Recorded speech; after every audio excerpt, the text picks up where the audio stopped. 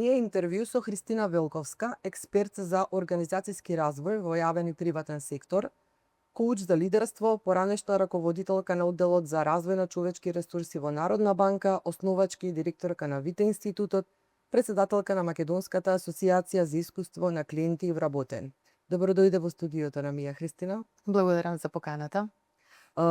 Како што веќе кажав во најавата, имаш голема експертиза во областа за промени и трансформација на деловната или организацијската култура, имајќи го предвид твоето искуство во процесот на трансформација на деловната култура, чија крајна цел е за се задоволни и среќни вработени, се како менаџери, но и сеопшт напредок, ќе почнам со едно генерално прашање. Колку Македонија е поволна средина за среќни работници? Можам да кажам дека со целото искуство овие 30 на години во јавен и во приватен сектор, пак морам да констатирам дека се уште во Македонија не е постигнато повисоко ниво на стандарди кои што ќе одразуваат една организацијска култура, деловна култура кон која се стремиме. Иако има позитивни примери во приватниот сектор, каде што има компании кои што го следат искуството на вработените, вложуваат во лидерството, знаат што е тоа позади организацијската култура, сепак тоа не е доволно на ниво на земја да се зборува дека е завршена таа транзицијска фаза во која што ние треба да покажеме зрелост и да покажеме дека навистина знаеме што е тоа што ги прави вработените среќни. Се уште има дилеми што ги прави вработените среќни во работната средина. Сега би рекла дека најмногу се уште зависи од менаџментот на секоја организација, компанија, но и институција.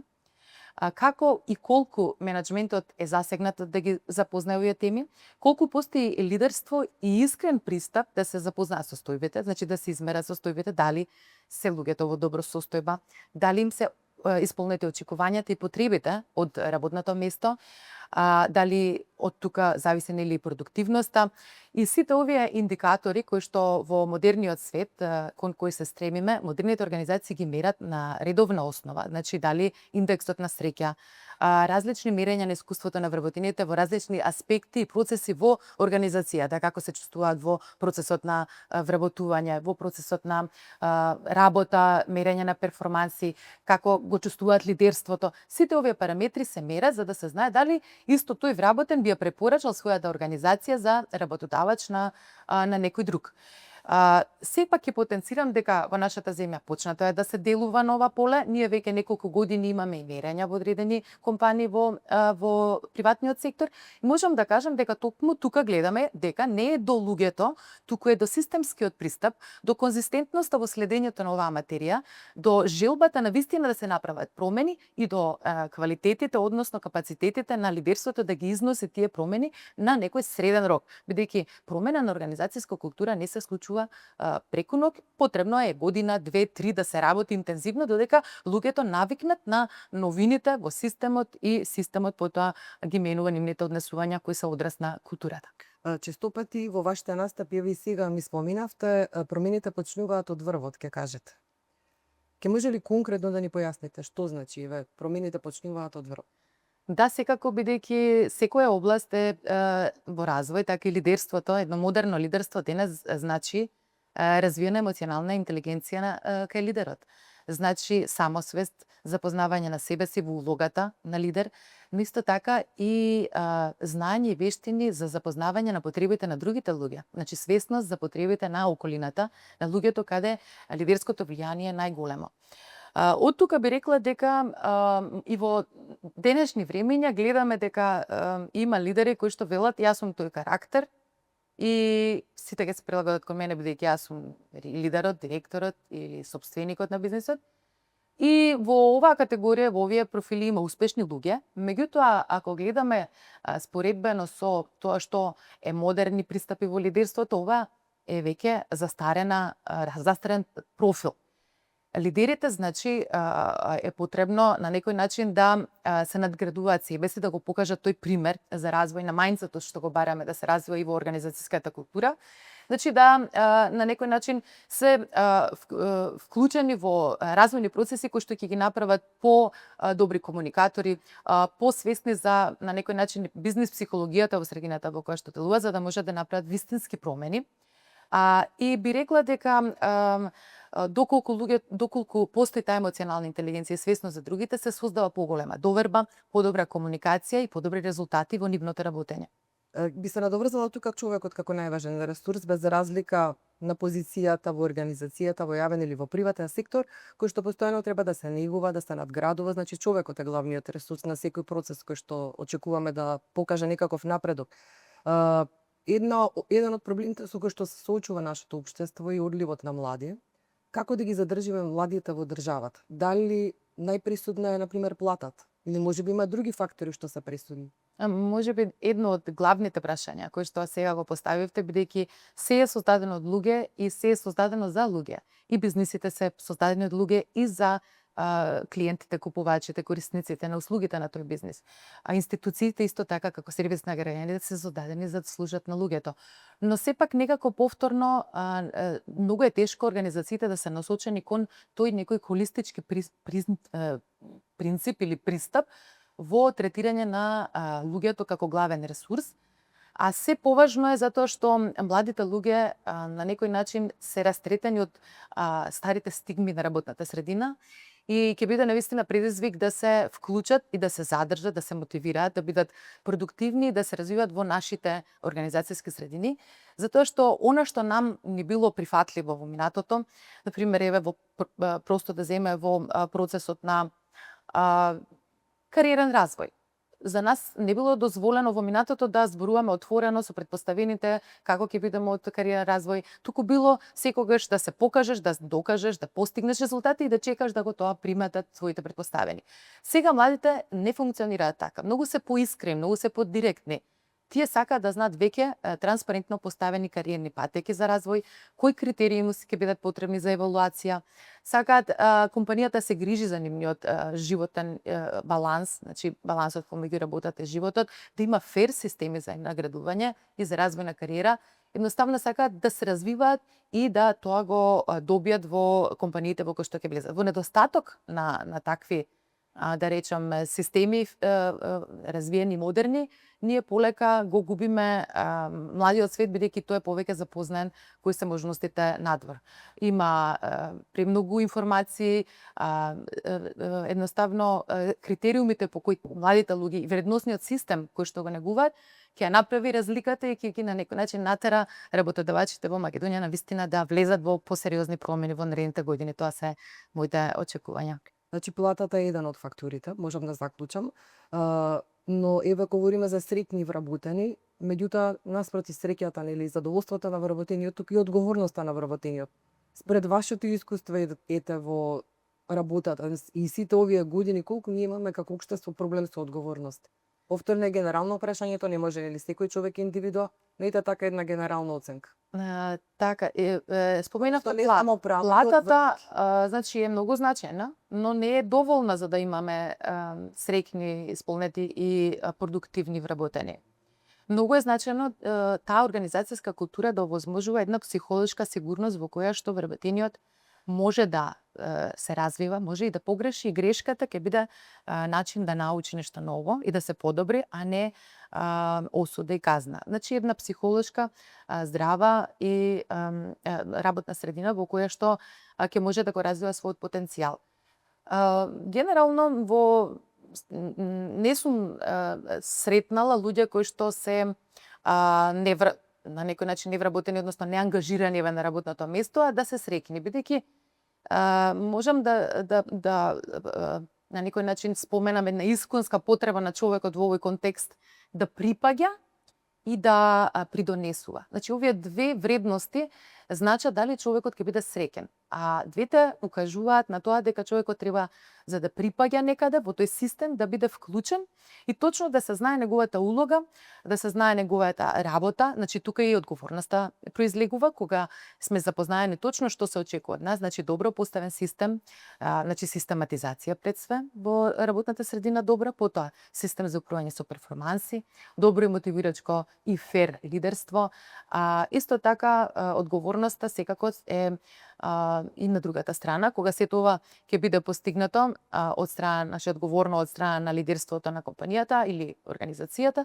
сега тука е одговорноста тогаш поминува на страна на вработените кога низ мерење и следење во тој процес дали ги исполнуваат нели своите задачи и дали адекватно се развиваат за потребите на работното место, бидејќи многу е значен и тој потенцијал за развој кој што вработените го носат со себе, дали е соодветен и дали може да ја обезбеди одржливоста на компанијата во иднина.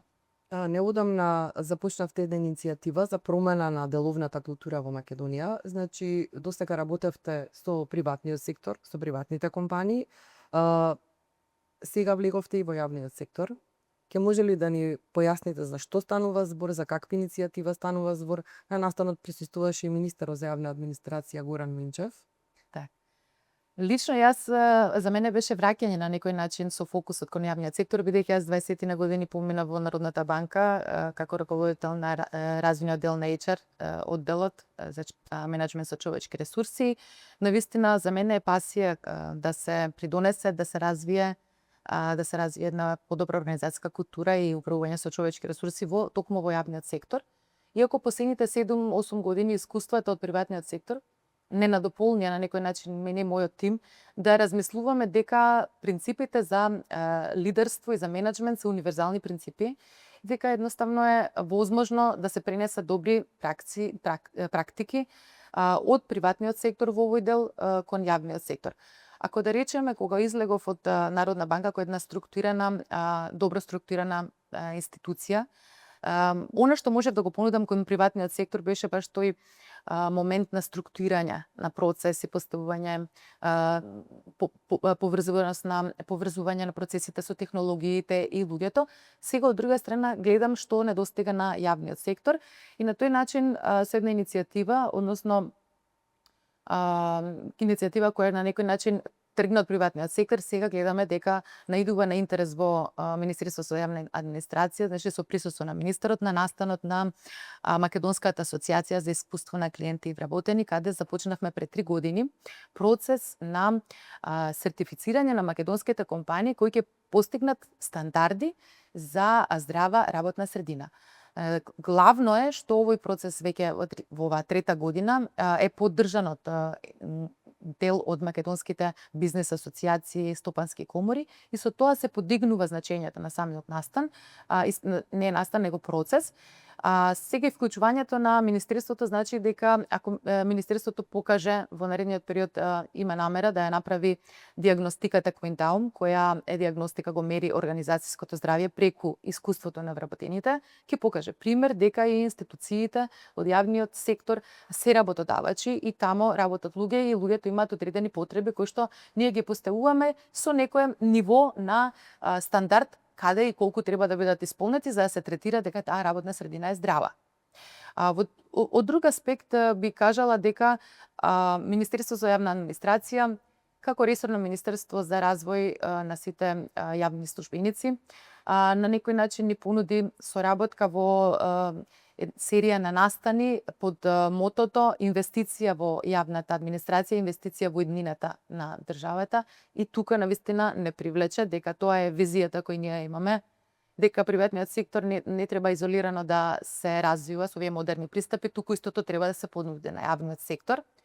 Уште по-критично е што во нашата земја не постоеше во неформалниот процес на образование, зборувам, не постоеше експертска програма за менаџерски и лидерски вештини за раководни лица во јавен сектор. Ние таква програма изготвивме и беше презентирана на министерот. Програмата е сеопфатна и треба да ја пополни токму она потреба која што самите институции треба да се свесни дека за да бидат модерни организации потребно да градат капацитети на лидерството, на лидерите и менаџерите кои треба да ги износат промените. Од тука примерот за оваа програма за менаџерски лидерски вештини го црпиме од еве лично јас како HR директор, раководител на Народна банка, бев во можност да посетувам такви обуки во федерални резерви на Њујорк, Банка на Англија, Банка на Холандија, Италија, Германија и така натаму. Значи тоа се врвни државни институции и таму едноставно кога се планира некоја личност да завземе менаџерска или лидерска улога, да води организација, тим, сектор, цел колектив, не е доволно да биде успешен во индивидуалната работа, стручна работа, него тоа се посебен сет на вештини, менаџерски и лидерски, кои што треба да ги изучува во целиот тек на неговата кариера, ако сака да завзема повисоки функции. И токму тоа е пораката, дека повторно како критична категорија на луѓе кои што се со најголемо влијание во развојот на институциите се лидерите, менаџерите, и потребно е да имаат и менаџерски, тврди менаџерски вештини, стратешки менаџмент, менаџмент со човечки ресурси, финансиски менаџмент, потоа маркетинг, се што треба за да може да менаџира, управува со ресурси. Од друга страна, лидерство, лидерски стилови, емоционална интелигенција, комуникација, водење тимови, на некој начин психологија на работна средина. И сето тоа не може да го знаат ако не поминат соодветни обуки, затоа сега постојат овие обуки и токму Министерството за јавна администрација, тоа е годишна програма пред се оваа за менаџери. Потпишавте меморандум за соработка и Така. самиот министер Минчев, Горан Минчев, кажа дека тие ќе бидат првата институција што ќе се приклучи кон оваа иницијатива. Што ќе значи тоа за какви вработените во јавна администрација, точно токму во ова министерство? Какви улоки ќе поминуваат? Значи ова е сега нешто што ќе се пилотира наредната година. Значи ние размислуваме со министерство, поддршка на министерството да се формираат првите групи за оваа програма и секако да се помени таа се диагностиката квинтаум во министерството. Со тоа министерството ќе својата лидерска улога покаже и ќе на некој начин искуси целата материја која што ја заедно застапуваме, ни своите вработени во својот систем и ќе може понатаму да ја промовира во целиот јавен сектор. Тоа е, нели се надевам дека ќе произлезе од нашата соработка наредната година. Јавниот сектор кај нас вработува голем дел од работоспособното население. Може би е стереотип, меѓутоа, еве ќе го кажам, многумина сакаа да се вработат на државно во наводници за да се одморат. Секако не е така, секаде има работници и неработници, но дали влеговте во невозможна мисија? Видете, невозможни мисии за луѓе со визија не постојат, но патот е тежок. Тоа е долгорочна мисија. Потребно е посветеност и примери од врвот. Затоа е потребно вклучување на сите релевантни чинители или да речам авторитети кои што треба да покажат пример. И токму за тоа се зборува дека ние не можеме со магично стапче да ги промениме работите одеднаш во нашата земја. Но од друга страна, нашата земја не е преголема за да не може системски да се пристапи во рок од 3 до 5 години на вистина да имаме трансформативни промени. Секој е повикан да делува онаму каде што е неговата експертиза, каде што има влијание и затоа ние велиме дека повторно кај авторитетите и институциите и лидерите е моќта за да се движат промените, бидејќи не е доволно само да се започнат со добра идеја и визија, но исто така е потребно и да се вложат напори тие да станат одржливи процеси. Од нашето искуство на веќе поминати добри практики или случаи во компании, трансформациите треба да поминат најмалку 3 години, 4 во една институција, организација, да има конзистентност на ветувањето и понатаму сите процесни промени и технолошки и процесни, да не се враќаме назад, тргни, врати се, тоа најмногу ја троши енергијата на луѓето и затоа луѓето имаат отпор се поголем кон тие промени. Туку напротив треба да се издржи до таму до каде што веќе нема да се зборува за тоа како треба да биде, туку ќе се живее. Но првата година е само година на пилотирање, значи година на поставување на новите системи, процеси, дефинирање на промените.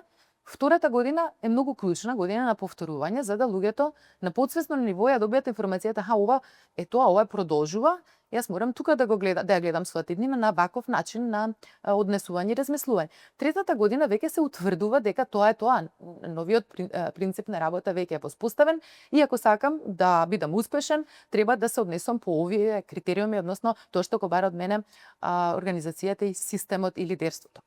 Затоа велам дека луѓето, културата во организациите е создадена од луѓето, од нивните однесувања, начини на комуникација, начини на дали работат тимски, дали избегнуваат работа, дали имаат одговорност. Но од друга страна тие однесувања се поттикнати од системите и кои што се поставени и дали вистински тие системи се користат. Значи конзистентно и лидерски. Така што кога гледаме во овој некој зачаран круг, културата ја имаат луѓето се дел од системот создава ваква култура и ние се вртиме во круг. Затоа е значајно се двонасочна улица. Целиот процес всушност мора да се знае дека ако зборуваме за одговорност, системите ги поставуваат лидерите. Сега работата е да тие системи не само да се постават, треба и да се применат на тој соодветен правичен пристап во кој што луѓето ќе ја добијат својата улога, работни задачи и одговорности, но и автономија за вршење на работата и исто така поддршка во развојот за доколку не се доволно добри за нешто за што се имаат амбиција да бидат поддржани да се развиваат. Значи многу едноставно на некој начин, но бидејќи ние се губиме во тоа секојдневие, влегуваме во рутина, тргнуваме во процесите, застануваме од различни причини, затоа луѓето се изморени и едноставно не се толку вољни веќе и за тие, не гледаат толку, да речам, мотивирачки на било какви промени. За крај би ве прашала, кои се вашите очекувања за 2026 и деловно, но и приватно, бидејќи предстојат нели празници? Так. Јас би сакала да кажам дека најбитно е од налично ниво кога почнуваме, секој да бидеме искрени сам со себе и со другите и да преземеме одговорноста на позициите кои што сме ги завземале. Јас можам да кажам дека ние одговорно, како експерти во област, ги нудиме нашите знаења и ресурси на приватниот и нејавниот сектор, за да бидат вклучени во позитивните промени. Навистина сакам да гледам позитивно на 2026 година како година во која што ќе видиме повеќе лидерски структури, менаџерски структури и организации кои што ќе се вклучат во процесите на мерење на искуството на вработените, но и подобрување на истото. Кои што на некој начин ќе бидат, ќе покажат дека овие параметри, да речем, добросостојбата на вработените, позитивната организацијска култура, се индикатори за успех. Значи, се бизнис индикатори и дека паралелно оди бизнисот, односно резултатите во бизнисот со хуманите системи кои што ќе одговорат на потребите на модерниот човек. Дека на тој начин ќе можеме да делуваме сите заедно, да ги здржиме младите луѓе во нашата земја и да дозволиме тие да не менуваат нас, затоа што не е се што е во вредносниот систем на младите нели прифатливо, но како што зборувавме преска, некаде на средина е вистината помеѓу нашата вистина на овие генерации, средни генерации, младите кои што доаѓаат во работната средина и треба да се избегне тој јас на судир на генерации, напротив да се направи максимум од она што во имаме. И се надевам дека ќе имаме година која што ќе биде среќна и нема да имаме катастрофални или тешки ситуации како што имавме оваа година, да не ја заборавиме, да не научи дека навистина треба да бидеме поспремни во иднина за било што ќе дојде од надворешни околности, да можеме да се справиме бидејќи ние сме тука едно, сите заедно во нашата земја треба да делуваме како така. Кристина Велковска, ти благодарам за овој интервју. Ти посакувам успех во работата и успешна нова година. Јас ви посакувам се најубаво во новата година, пред се здравје и среќа дома и на работа.